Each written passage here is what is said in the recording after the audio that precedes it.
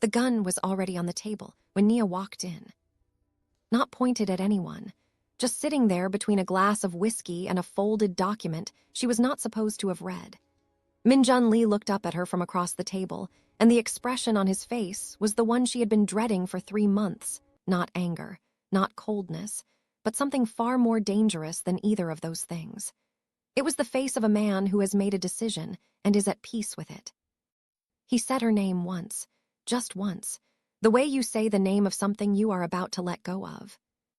And Nia Carter, who had survived Lagos and Seoul and heartbreak and hunger, and every version of a world that had tried to make her small, stood in the doorway of the most powerful man in Gangnam's criminal organization, and understood, for the first time, that the person she needed to be afraid of was not him. It was herself, for loving him anyway.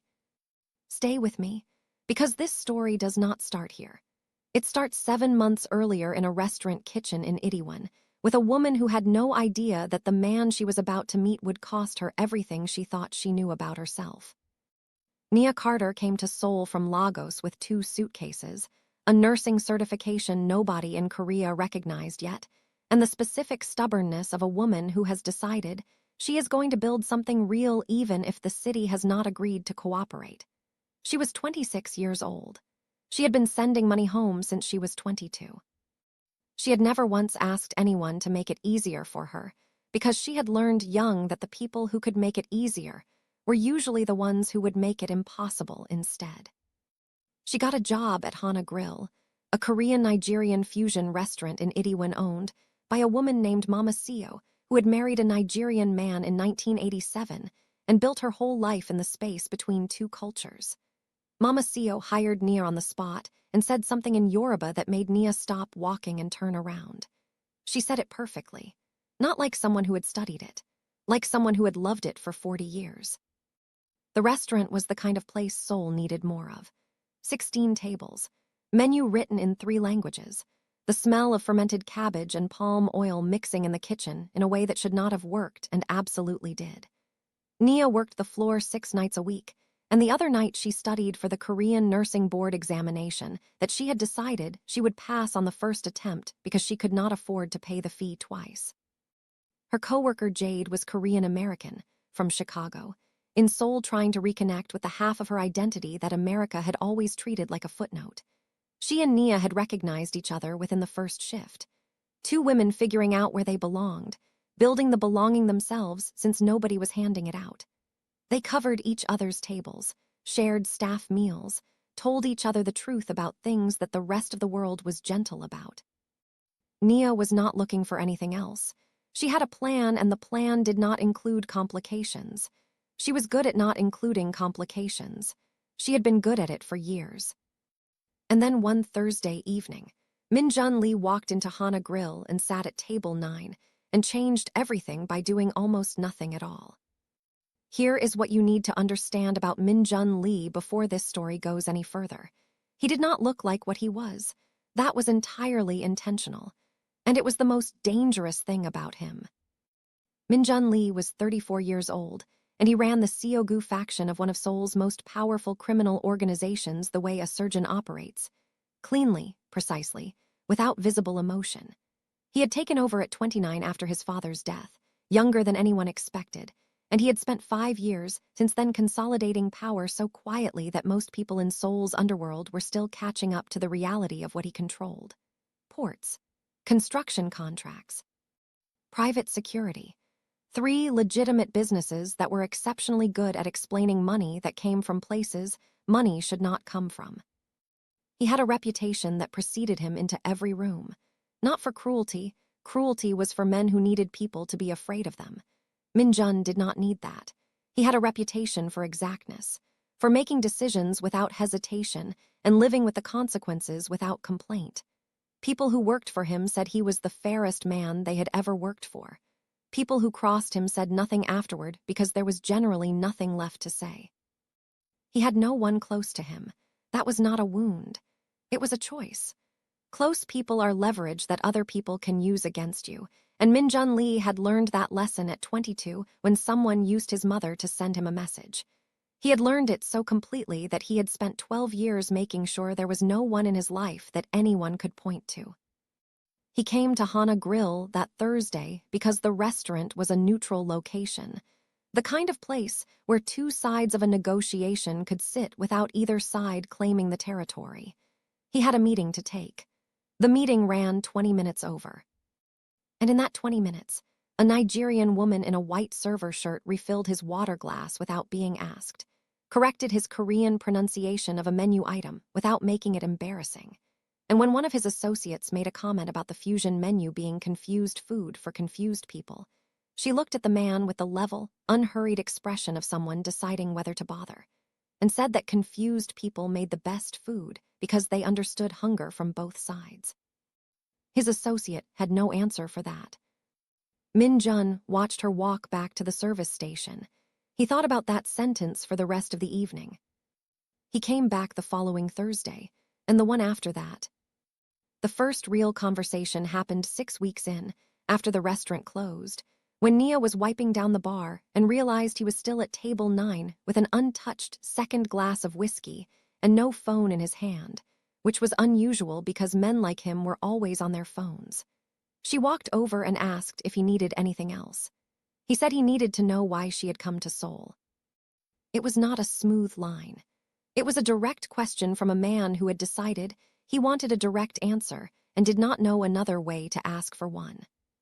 She told him, not the abbreviated version she gave to people who were not really asking, the real one, her father's death when she was 22, the nursing certification, the plan to qualify in Korea and build something that could bring her family here eventually, the specific texture of building a life in a city that had not decided yet whether it wanted her. He listened the way people listen when they are actually receiving what you are saying rather than preparing their response. When she finished, he was quiet for a moment. Then he said he had grown up in this city and had spent 34 years watching it decide who it wanted and who it did not, and he was sorry it was making her prove herself in ways it would never ask of someone who looked like him. She looked at him. She said she appreciated that, but she had stopped needing apologies for systems a long time ago. What she needed was to pass her nursing board and find a hospital that would hire her. Apologies did not move those things forward. He almost smiled. She caught it, the held-back thing, and filed it away without knowing why. He left a tip that was 3 times the bill. She noticed, but she did not mention it. What she noticed more was that he had left his umbrella on the chair. She brought it out to the street. He was standing at a car that cost more than 6 months of her salary, and when she handed it to him, he looked at her for a moment with the expression of someone encountering something genuinely unexpected in a life that had been stripped of surprises. He said thank you in Yoruba, badly, like someone who had just learned it very recently. She stared at him. He got in the car. She stood on the Itaewon pavement in the November cold and understood that something had just started that she had not agreed to start. If this story already has you locked in, subscribe right now and hit that notification bell. You do not want to miss what happens next. Now stay with me because this is where it gets real. What followed was 3 months that Nia would later describe to Jade as the most confusing and the most alive she had ever felt at the same time, which Jade said sounded exactly like falling in love with someone you know you should not love, which Nia said was not what was happening, which Jade said was exactly what someone who was doing exactly that would say. Min-jun came to Hana Grill every Thursday, then on other evenings too, sometimes with associates, sometimes alone. He always sat at table 9. He always left before closing. Except for the nights when he did not. When the restaurant emptied and Mama Sia went home, and Jade covered for Nia with the particular loyalty of someone who has decided that her friend's happiness is worth a small conspiracy. And on those nights, he and Nia talked until the city outside went from loud to quiet to the specific silence that Seoul has at 3 in the morning when everything has said what it needed to say. He told her about growing up in Seoul's underworld the way children who grew up in unusual circumstances tell those stories, matter-of-factly, without self-pity, with the clarity of someone who has had a long time to understand their own origins. His father had built the organization from the docks in the 80s. His mother had been a singer, A real one, beautiful voice, someone who had walked into the wrong world through the wrong door and stayed because love has always been worse at strategy than it is at feeling. She had died when Min-jun was 22. Not violently. Just gone, in the way that people who burn too bright for the spaces they are in eventually go. He did not cry telling this. Nia noticed that he did not cry and understood that this was not because he did not feel it.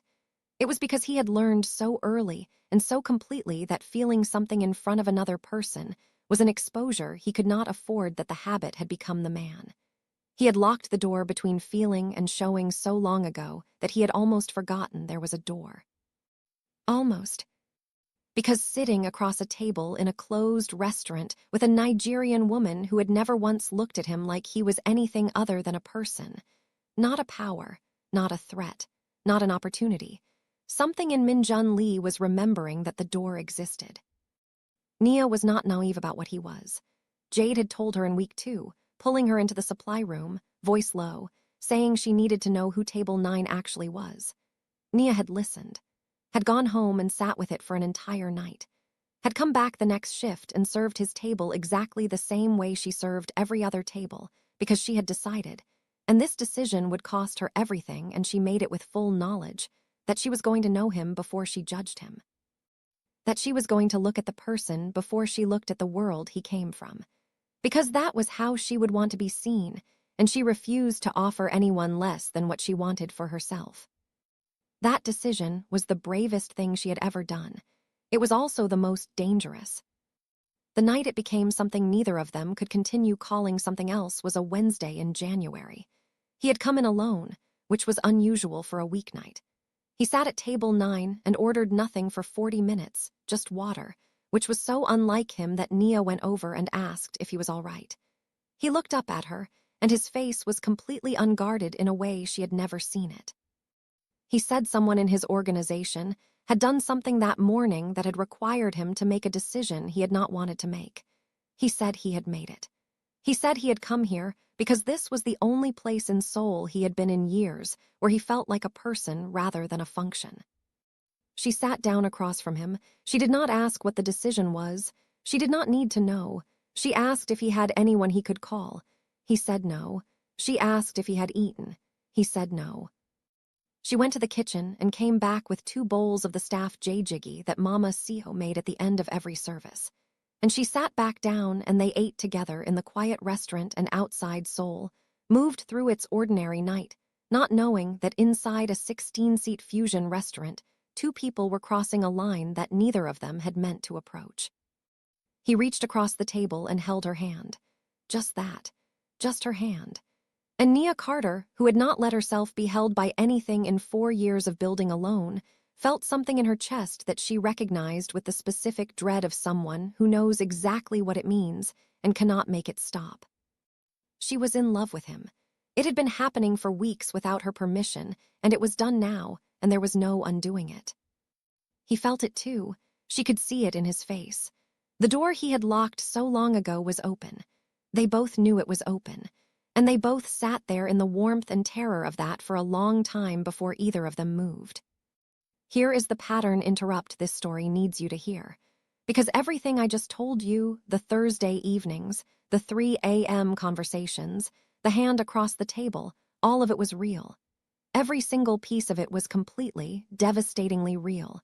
And that is what makes what comes next so much worse. Jade saw it first. Of course she did.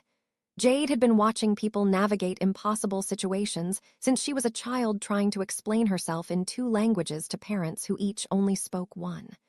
She pulled Nia aside in the 3rd month and said the thing that Nia already knew and had been refusing to say out loud.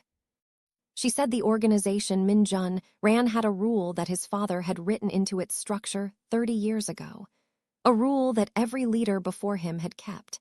That the person at the top could not have attachments that could be used, could not have a public relationship, could not have someone who existed in the open where enemies could reach them.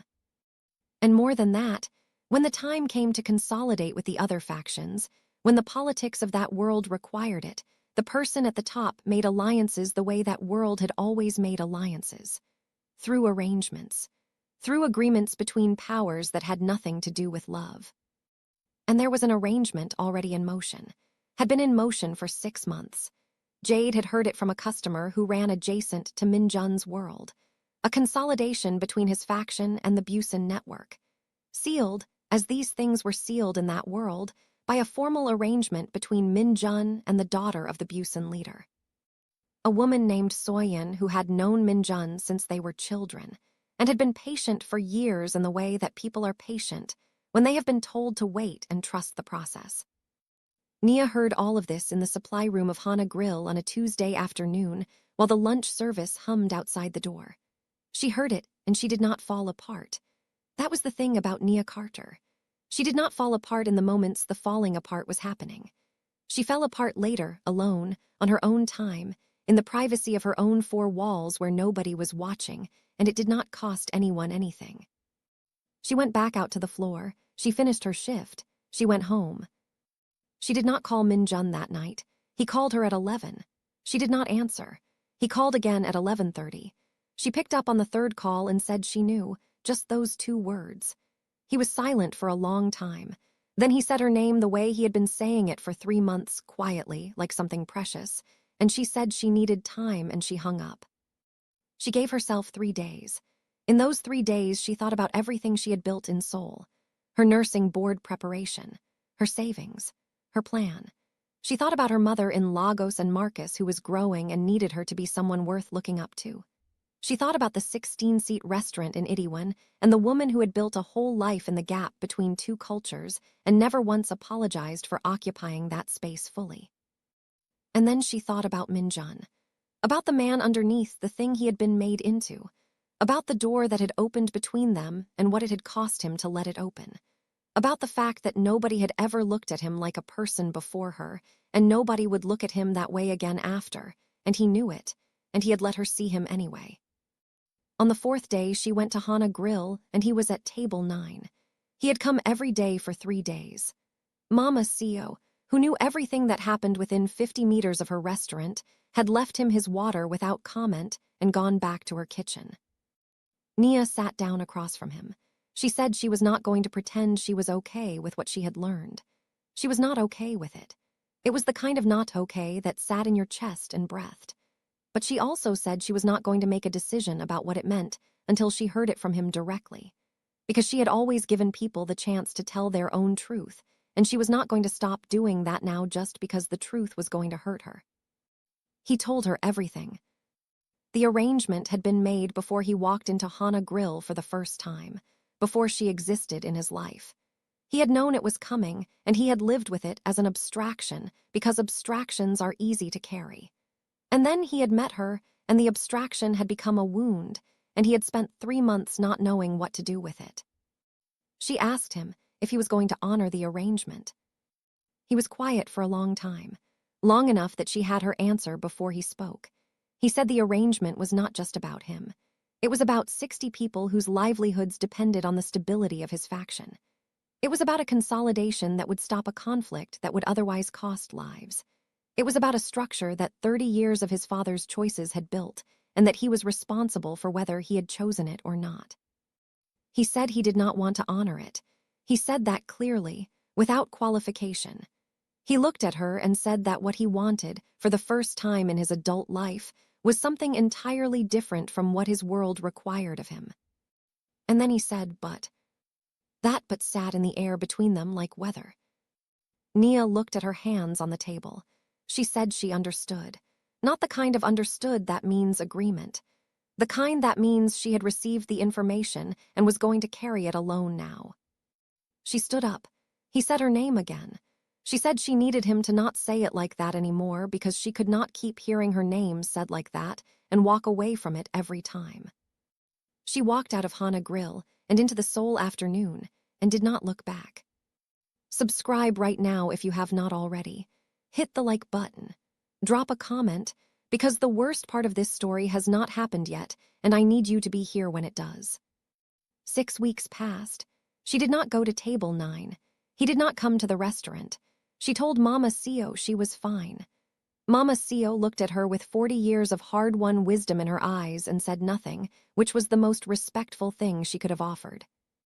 Jade watched her work through it the way you watch someone you love go through something you cannot fix, with presence and without commentary, which is harder than it sounds. Nia sat for her nursing board examination in the middle of that 6 weeks. She passed on the first attempt. She did not celebrate.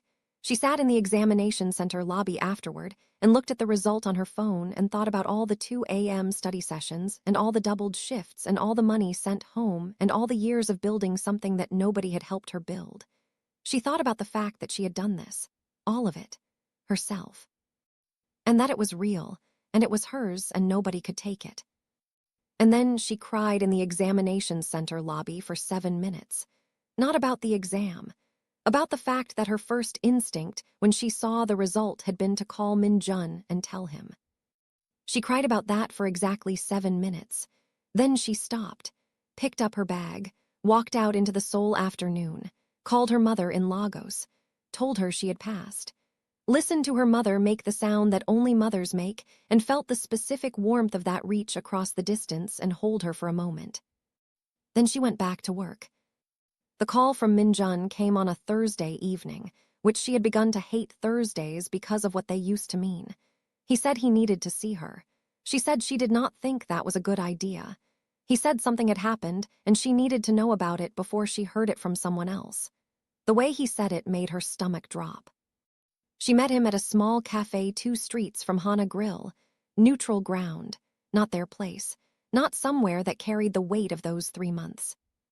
He looked like a man who had not slept properly in 6 weeks. She recognized the look because she had seen it in her own mirror every morning.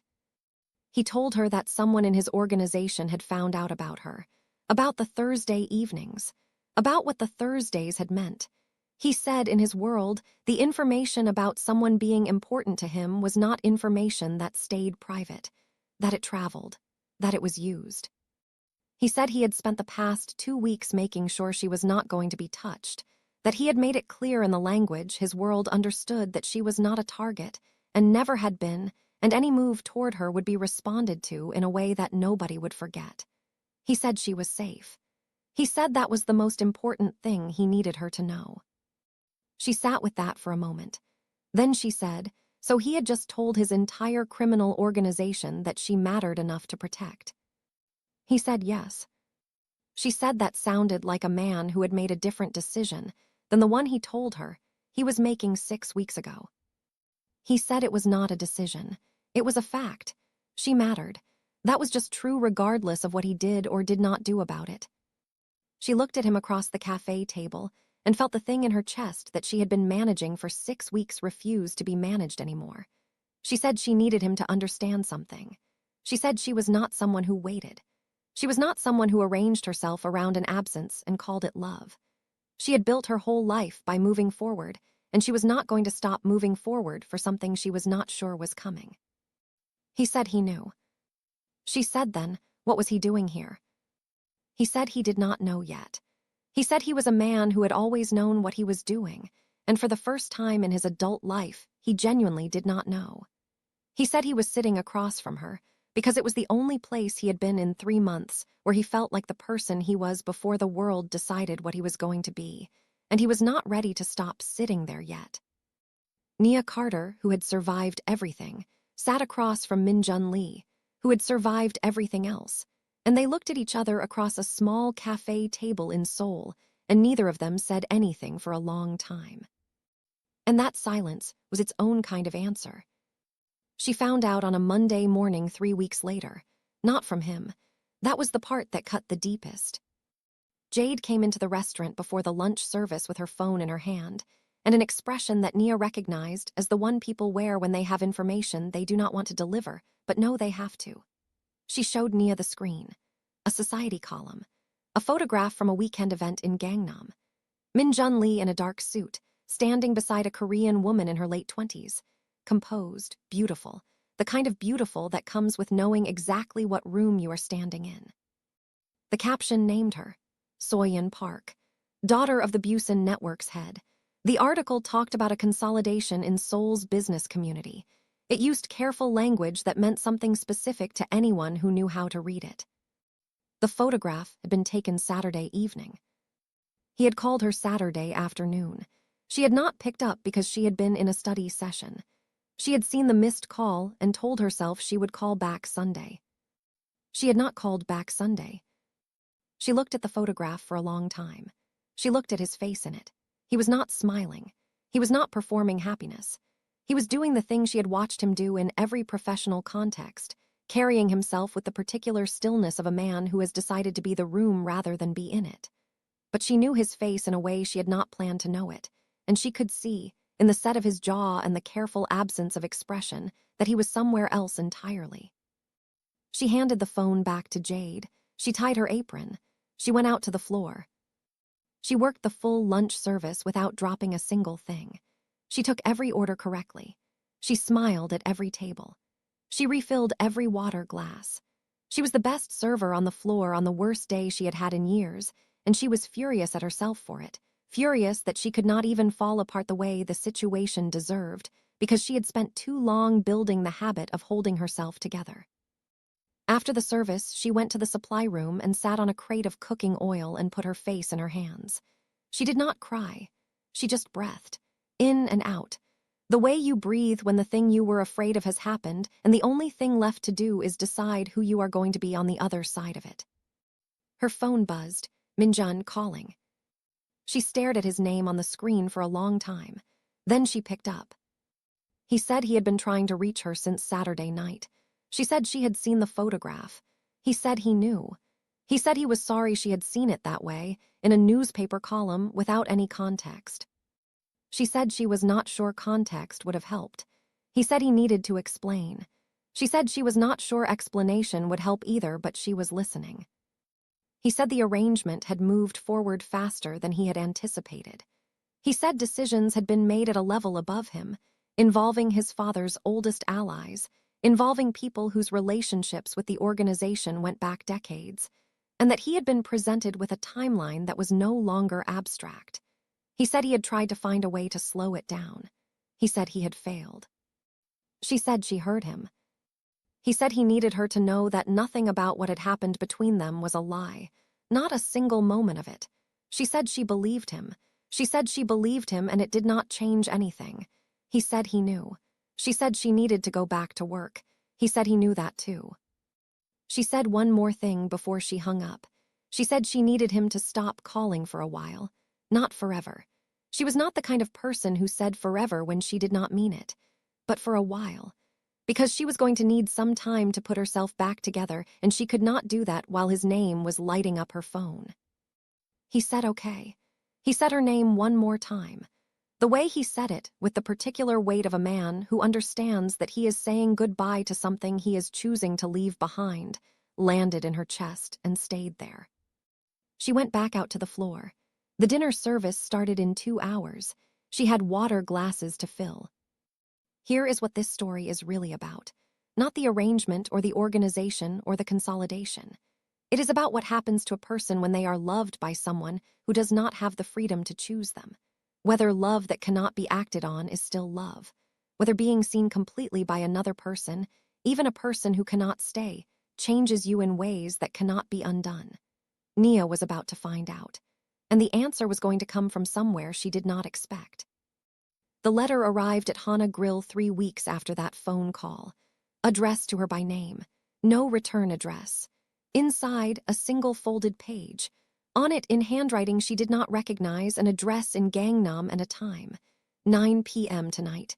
And below that, 3 words in Yoruba. She knows. Jade read it over her shoulder. Said she should not go. Said this was how bad things started in every story where someone went somewhere they should not go. Nia said she agreed with all of that. She also said she was going. She took a taxi to the address in Gangnam. It was a building she recognized from the financial news, the headquarters of one of Min-jun's legitimate companies. The lobby guard was expecting her. She went up 17 floors and walked into a room she was not prepared for.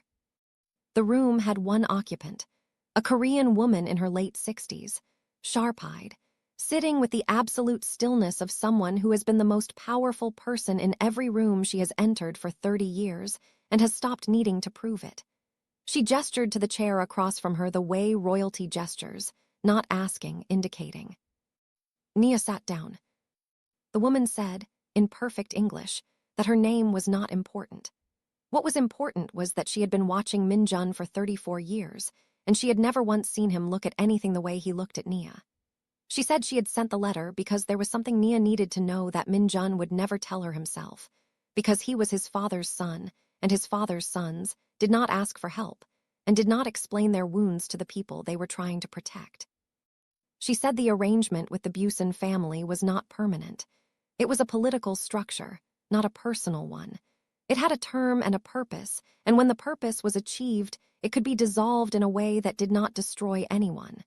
She said Min-jun knew this. She said he had chosen not to tell Nia because he did not believe he deserved to ask her to wait. Because a man who has spent his whole life believing himself unworthy of anything simple and good does not suddenly know how to ask for it. She said she was not telling Nia what to do. She made that clear.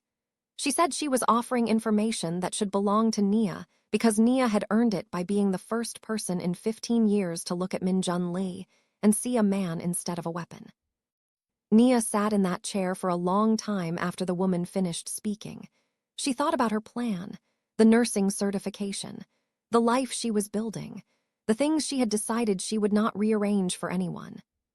She thought about a man at table 9 who had learned to say one word in Yoruba before he ever introduced himself to her, who had sat in a closed restaurant and held her hand like it was the first real thing he had touched in years. She stood up. She said thank you. She walked out of the building. She called Jade. She said she needed her to cover the rest of her shift. Jade said, "Done. Where are you going?" She said she was going to do the most strategically unsound thing she had done since she left Lagos. Jade said that sounded right and told her to go. And that is how Nia Carter ended up at the door of Min-jun Lee's private residence in Gangnam at 10 o'clock on a Thursday night. The address had been easy enough to find. Everything about the powerful is findable if you are determined enough. She knocked. He opened the door.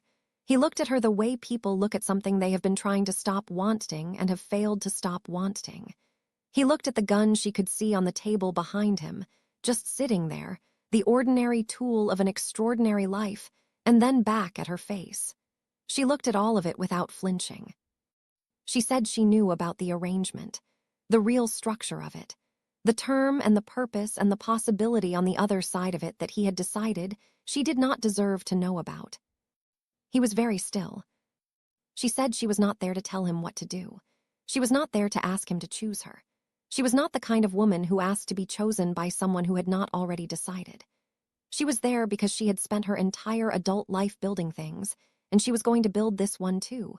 Build the truth of it, out loud in front of him, because he deserved to hear it directly from her the way she had always deserved directness from everyone who mattered. She said she loved him. She said it the way she said every true thing, clearly, without decoration, without the softening that people use when they are afraid of the impact of their own words. She said she loved him and that she was not going to manage that or minimize it or wrap it in conditions. It was just true. She said she also had a life she was building that did not stop for anyone. She was going to be a nurse in this city. She was going to bring her mother to Seoul eventually. She was going to take up the space she had earned, and she was not going to make herself small again for any world, his or anyone else's. She said if the structure of his life had a possibility in it for something real, not hidden, not managed, real, then she was telling him she was not going anywhere. She was going to be exactly where she was, building exactly what she was building, and he could find her there whenever he was ready to find her. And if there was no possibility, she said, she was still not going anywhere. She was still going to be here, still building, still fully alive in this city. But she would stop leaving a light on for something that was not coming. She said she needed him to tell her which one it was. He looked at her for a long time. The room was quiet. Seoul moved outside the window, indifferent to the two people inside it trying to figure out whether something real was possible in a world that had been designed to make real things impossible. He said he did not know how to be someone who was good for another person. He said he had spent his entire adult life being a structure, a function, a power, And he did not know if there was a person underneath all of that anymore, or if the person had been replaced so completely that what was left was only useful, only dangerous, only capable of the things his world required. She said she had met the person, 3 months of Thursday evenings. She had met him clearly. She was not confused about who he was underneath what he had been made into. She said that person was still there, and she was not going to pretend she had not seen him just because it was inconvenient. He closed the distance between them in the way that people move when they have stopped arguing with themselves. He said her name one more time, and this time it was not a goodbye. It was a beginning. The specific weight of a man who has decided to stop being only what the world made him and try, carefully and imperfectly, to be something more. She said okay. She said they were going to be honest with each other. Completely. Always. She said the moment that stopped, she was done. No anger, no drama, just done. He said he understood. She said good. She said one more thing. She said she was not moving into his world. She was building her own, and he was welcome in it. He almost smiled. The full one this time. The one she had been catching the edges of for months. She said she had a shift at 6 a.m. and she needed to sleep. He said he would drive her home. She said she was taking the subway because she was a person with a transit card and an ordinary life, and that was not changing. He said he was coming with her on the subway. She said fine. He said he had not been on the Seoul subway in 11 years. She said it was time. What happened after was slow and real, and full of the specific difficulty of two people from completely different worlds figuring out where to build the thing between them. It was not easy. It was not supposed to be easy. Nia had never believed in easy. She believed in worth it. The arrangement ran its course over 9 months. When it concluded, Min-jun dissolved it with the care of a man who had honored his obligations and was now honoring himself. Soyeon Park, who had always understood the political nature of the arrangement better than either family admitted, moved to London for a graduate degree she had been deferring for 2 years. She sent Nia, through a mutual connection, a brief message that said simply, "He chose well." Nia kept it. It cost her nothing to keep it, and it meant something she did not try to name. Nia passed her Korean nursing board examination and began working at a hospital in Yongsan that specialized in community health for Seoul's international population. She was exceptional at it. She had always been exceptional at things she had chosen. The difference now was that she was doing it in a city that had started to feel like hers, not because it had given her permission, but because she had claimed it. Min-jun began the slow, imperfect, genuine work of figuring out what he was outside of what he ran. He started eating at Hana Grill publicly. Not at table 9 alone after hours, but at lunch with the ordinary Itaewon crowd, sitting in the mixed noise of Korean and Nigerian and English, and all the languages that Mama Sio's restaurant held without effort. He started learning Yoruba properly, not from an app. From Nia's mother, over video call on Sunday evenings, who treated him with the frank, evaluating warmth of a Nigerian mother who has not yet decided and is taking her time deciding. He was patient about that. It was the one area of his life where he had learned to be patient. Everything worth having, he was learning, required you to let someone else set the pace. Jade got a position as a legal interpreter for a bilateral Korea-Africa trade organization. She was extraordinarily good at it. She translated not just between languages, but between worlds, which was the skill she had been building her whole life without knowing it had a professional application. Mama Sio put 2 chairs permanently at table 9. She did not explain this to the staff. She did not need to. Some things in a restaurant become official the moment the owner stops treating them as temporary. Nia's mother came to Seoul the following spring. She walked into Hana Grill and Mama Sio came out of the kitchen, and the 2 women looked at each other.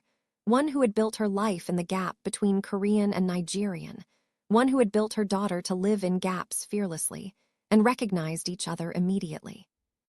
They sat together for 2 hours without Nia present, which Nia only found out about afterward, and when she asked her mother what they had talked about, her mother said they had talked about what it meant to raise a daughter who knows her own worth. Nia asked what conclusion they had reached. Her mother said the conclusion was that Nia had always known it. They had just given her the materials. On the evening of the day her mother flew back to Lagos, Nia sat at table 9 in the after-hours quiet of Hana Grill, and Min-jun sat across from her, and Mama Seo brought 2 bowls of jjigae without being asked, and the city outside did its ordinary beautiful work, and Nia looked at the man across from her, the complicated, careful, slowly opening man who had learned to say one word in Yoruba before he ever introduced himself, and felt something she had not felt since her father was alive. She felt held, not by him specifically, by the whole thing, the restaurant, the city, the life she had built without permission, the love she had not planned for, the version of herself that had walked into every hard thing and come out still standing. She felt held by the fact that she had not let the fear of losing make her choose less than what she deserved. Min-jun said, quietly, that he had something to tell her. She said go ahead. He said he had started a process to restructure his organization, legitimize the parts that could be legitimized, separate from the parts that could not. He said it was going to take years. He said he was going to have people who did not like it and consequences he could not fully predict. He said he was telling her because he had promised to tell her things directly, and this was the most direct thing he had ever decided. She asked him why he was doing it. He said because he wanted to be someone worth sitting across from at table 9. Not just on Thursday evenings after the restaurant closed. On ordinary Tuesday afternoons in full light, with the world watching, with nothing to hide. She looked at him for a long time. Then she said that was the most important thing anyone had ever decided in her presence. He said he had a good teacher. She said don't push it. He laughed, the full one. The one she had been waiting months to hear in the open, in the light, with nowhere to hide and no reason to. It sounded like the beginning of something. Which it was. This story does not have a clean ending because real things do not end cleanly. Min-jun's restructuring took 4 years and cost him relationships he had held for a decade. Nia's path in Seoul had obstacles that her plan had not accounted for, and she handled every one of them the way she had always handled obstacles, by going through rather than around. They argued. They misunderstood each other. They had the specific fights of 2 people from different worlds, who have each been independent so long that compromise feels like subtraction and has to be slowly relearned as addition. They did the work, both of them, every day, in the way that only people who have decided the thing is worth the work actually do it. Hana Grill is still open. Table 9 still has 2 chairs. The sign on the wall that Mama Seo put up after the first year, in Korean, Yoruba, and English, 3 languages, 1 sentence, says something that does not translate exactly but comes closest to this. The people who build in the gap between worlds build the strongest things. Nia read it the first time and said it sounded like something her mother would say. Mama Seo said that was because she had asked her mother for the Yoruba. Nia stood in the restaurant in Itaewon that smelled like fermented cabbage and palm oil, and everything real and good about a life built between worlds. And she felt exactly as large as she had always been, and nobody in the room was asking her to be anything less. That was enough. That was everything. If this story got inside you the way I think it did, subscribe right now and hit the bell so you never miss a story like this one. Drop a like if Nia Carter is the kind of woman this world needs more stories about. And in the comments, I need you to answer this. Were you on her side the whole time, or was there a moment you thought she should walk away and not look back? Tell me exactly where this story got you. I read every single comment. See you next week with something just as real.